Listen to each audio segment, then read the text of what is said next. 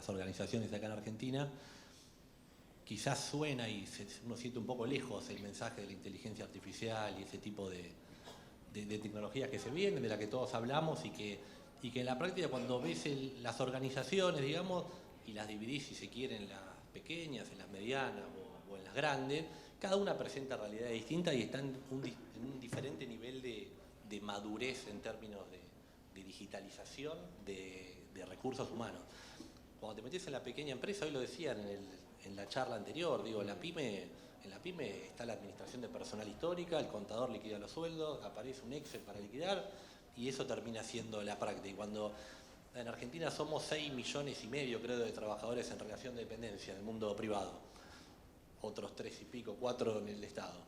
Si te metes en el privado, digo, en ese mundo pyme, hoy de esos no debe haber más de 100.000, 200.000 empleados recibiendo el recibo de manera digital.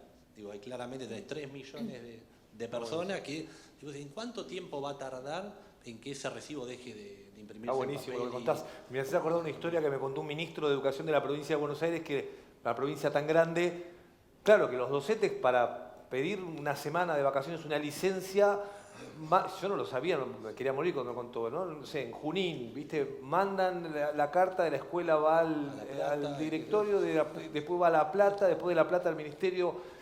Y digamos, es un proceso que por ahí tarda de verdad 15, 20 días para la aprobación de una licencia de, no sé, 5 días de vacaciones. Entonces, es como que hay mundos distintos también en la Argentina, ¿no? Sí. Mundos que no tienen nada que ver con lo que estamos hablando hoy. Total. Y sin embargo son parte de nuestra realidad, ¿no? Pasa en la pequeña, en la mediana, sí tienen en común también la parte hard. En definitiva, la parte hard, digo, refiero a administración de personal, liquidación de sueldo, eso es cross a todas. Digamos, es una necesidad que todos tienen y utilizan. Perdón, son legajos, ¿no? Son o sea, legajos, va un legajo acá, va otro legajo acá, lo tal firma cual. después lo firma este bueno, otro. Todo eso debería estar digitalizado. Después tenés la mediana empresa, organizaciones de 300, 400 colaboradores que ya, en términos de digitalización, ya buscan ese software integral que le resuelva el todo. Y se meten en los procesos blandos también, selección, capacitación, desarrollo, digo, ya empieza a jugar la parte blanda también. Y después aparece la grande, que hay mucha de esta audiencia, digamos, directores y gerentes de recursos humanos de grandes empresas, que ya abordaron la transformación digital, digo, vienen escuchándolo en eventos como estos desde hace ya años, ya generalmente tienen instalado alguna tecnología world class, digo, SuccessFactors, Word, de los globales, o porque te lo impuso la casa matriz, o porque que probablemente te resuelve una parte de tu problemática, pero no dejan de ser generalmente soluciones estándares que vienen para resolver un proceso determinado y que, por más organización grande que sea, termina resolviendo el proceso y digitalizando algún aspecto del proceso por fuera. Y le piden quizás a esa... El otro día hablaba con un director de una automotriz que me decía, nosotros necesitamos que ese core, donde tenemos toda la administración de nuestra gente y la tecnología, abrirle el capot.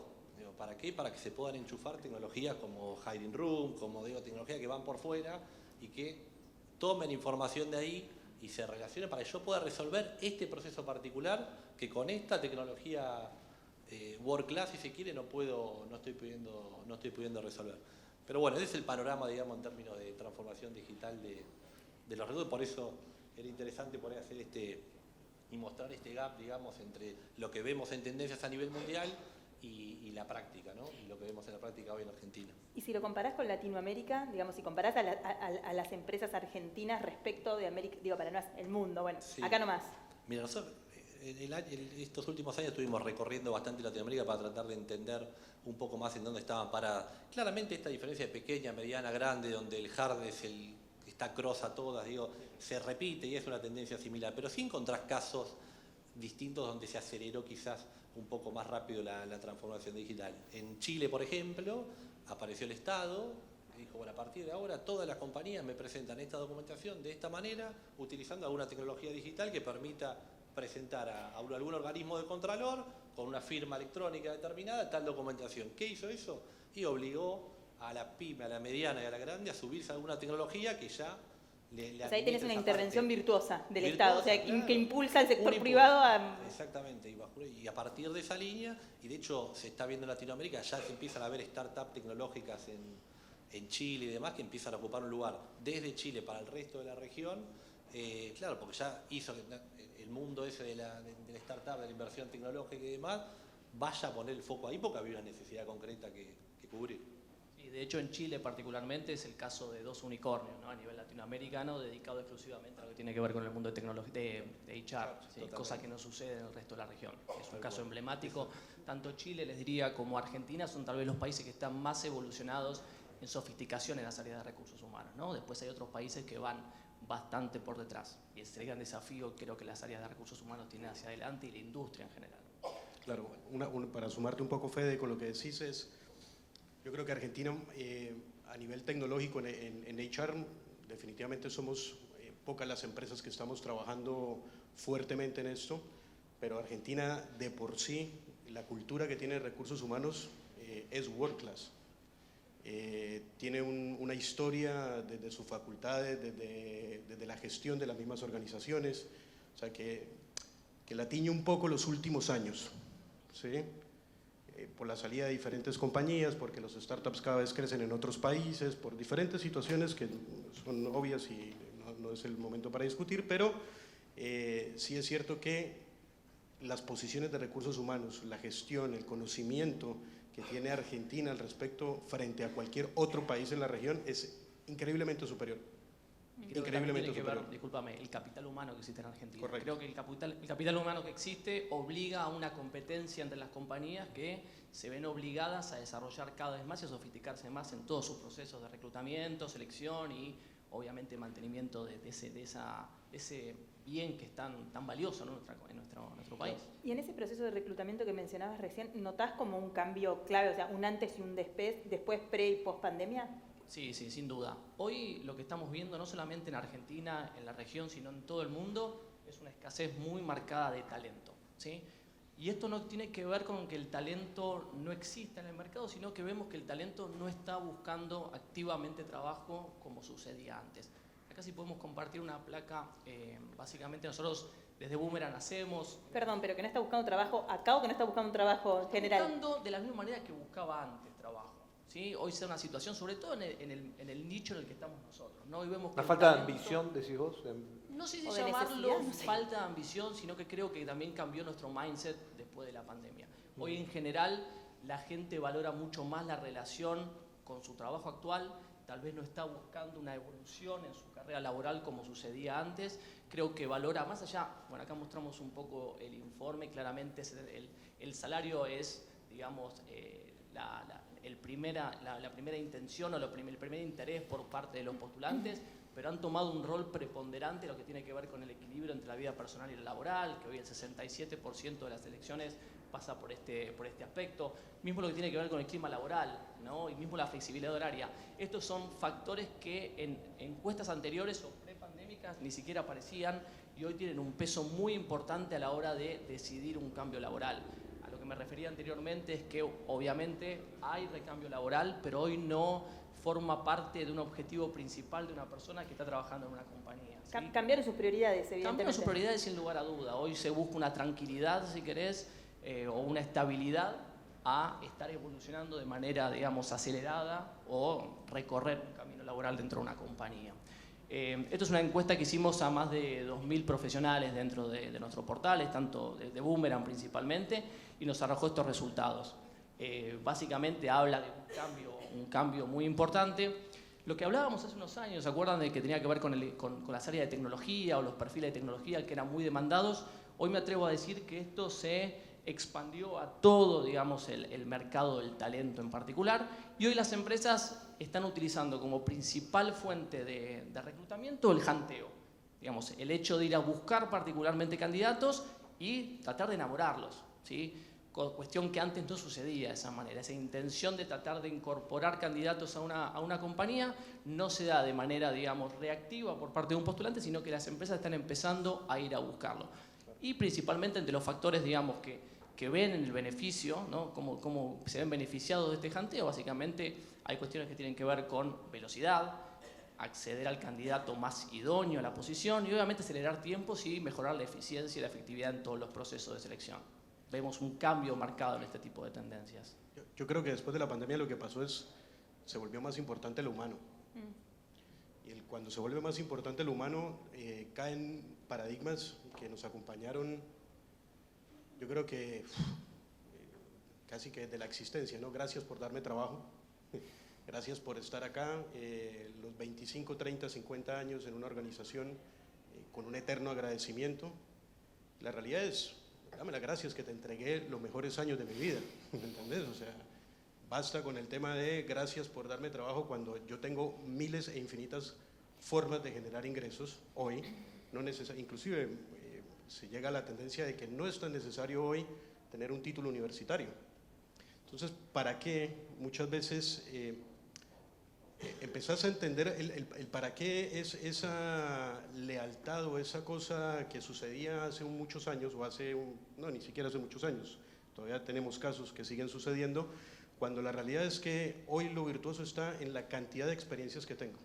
Hoy lo virtuoso está en cuál es el conocimiento que tengo de diferentes industrias, por cuántas empresas pasé, por qué me jantearon, qué es lo que están viendo en mí. Y empieza a tomar un valor como una relación personal, cuando estás saliendo con una persona. O sea, yo pongo esto sobre la mesa, vos pones lo otro sobre la mesa, y es como una relación de coqueteo, de enamoramiento entre candidato y empresa, que ya no es, este es el salario y aguantate acá porque hasta aquí llegamos y no hay mucho más. A mí me confunde un poco los escenarios que plantean, porque por un lado es esta idea que se repite permanentemente, como que el empleado ya no quiere trabajar, no tiene ambición, como marcabas vos, o no tiene ese interés porque la pandemia nos dejó a Disculpame, todos. no, por ahí no tiene ambición, es demasiado fuerte el concepto. Quiero decir que se balanceó de otra manera, las expectativas de desarrollarse. No está dispuesto a dar todo solo por el trabajo. Exacto, pero digo, si eso nos dejó la pandemia, ¿por qué asusta tanto el otro escenario de la inteligencia artificial va a reemplazar nuestros trabajos?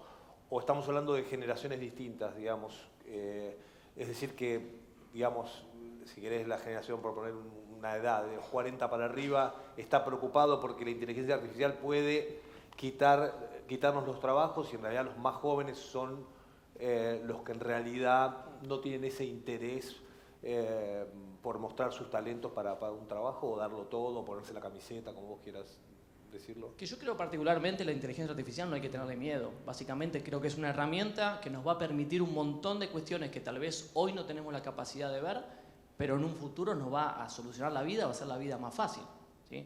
Yo lo veo de esa manera. Hay un montón de cuestiones que hoy no aportan valor, un montón de tareas repetitivas, que creo que en algún panel anteriormente lo comentaban, ¿no? Tareas que tal vez el área de recursos humanos hace sin preguntarse por qué, o de manera repetitiva, que existen un montón de plataformas o soluciones que ni siquiera son de inteligencia artificial, y creo que la adopción de esta tecnología sirve justamente para eso, para tener una vida, digamos, más productiva, o donde sentimos que aportamos más valor a todos los procesos en general. Yo sinceramente no lo veo como algo, digamos, a tenerle miedo, sino abrazarlo, digamos, y a entender que nos va a mejorar la vida en general. Totalmente, es la mejor palabra que han podido utilizar para el ChatGPT o la inteligencia artificial generativa es un copiloto, es simplemente eso, un copiloto.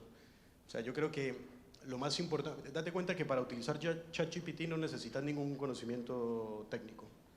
Lo que necesitas es aprender a preguntar, algo tan esencial y tan básico que es cómo hago una buena pregunta enmarcando lo que necesito que arroje el sistema. Entonces ahí es donde empieza, claramente hay miedo de decir, bueno, tal vez un editor o tal vez ciertas posiciones, hay cosas que las hace de manera inmediata, pero tal vez lo que tenés que utilizar es ese conocimiento que ya tenés desde la parte, ponerle más análoga, que no es necesariamente análogo, y empezar a ponerle esa parte más humana, que es saber aprender a preguntar, saber entender hacia dónde estoy dirigiendo el resultado que estoy buscando, o sea, primero saber qué es lo que estás buscando, y creo que funciona bárbaro, funciona muy bien para todo tipo de posiciones sin la necesidad de tener que reemplazar, porque vos no vas a reemplazar a un editor, sino el editor va a empezar a entender que tal vez toma mucho menos tiempo crear cierto contenido. Entonces te puede generar muchísimo más contenido mejor calificado porque su proceso pasa más por una supervisión desde la parte humana. Entonces creo que más que miedo es alegrarnos porque tenemos algo que nos está dejando más tiempo para vivir. Permiso, me disparaste una frase o me trajiste a la mente una frase que era de Walt Disney, si mal no recuerdo, que decía, si puedes soñarlo, puedes hacerlo, ¿no? Hoy sería si puedes prontearlo, puedes hacerlo.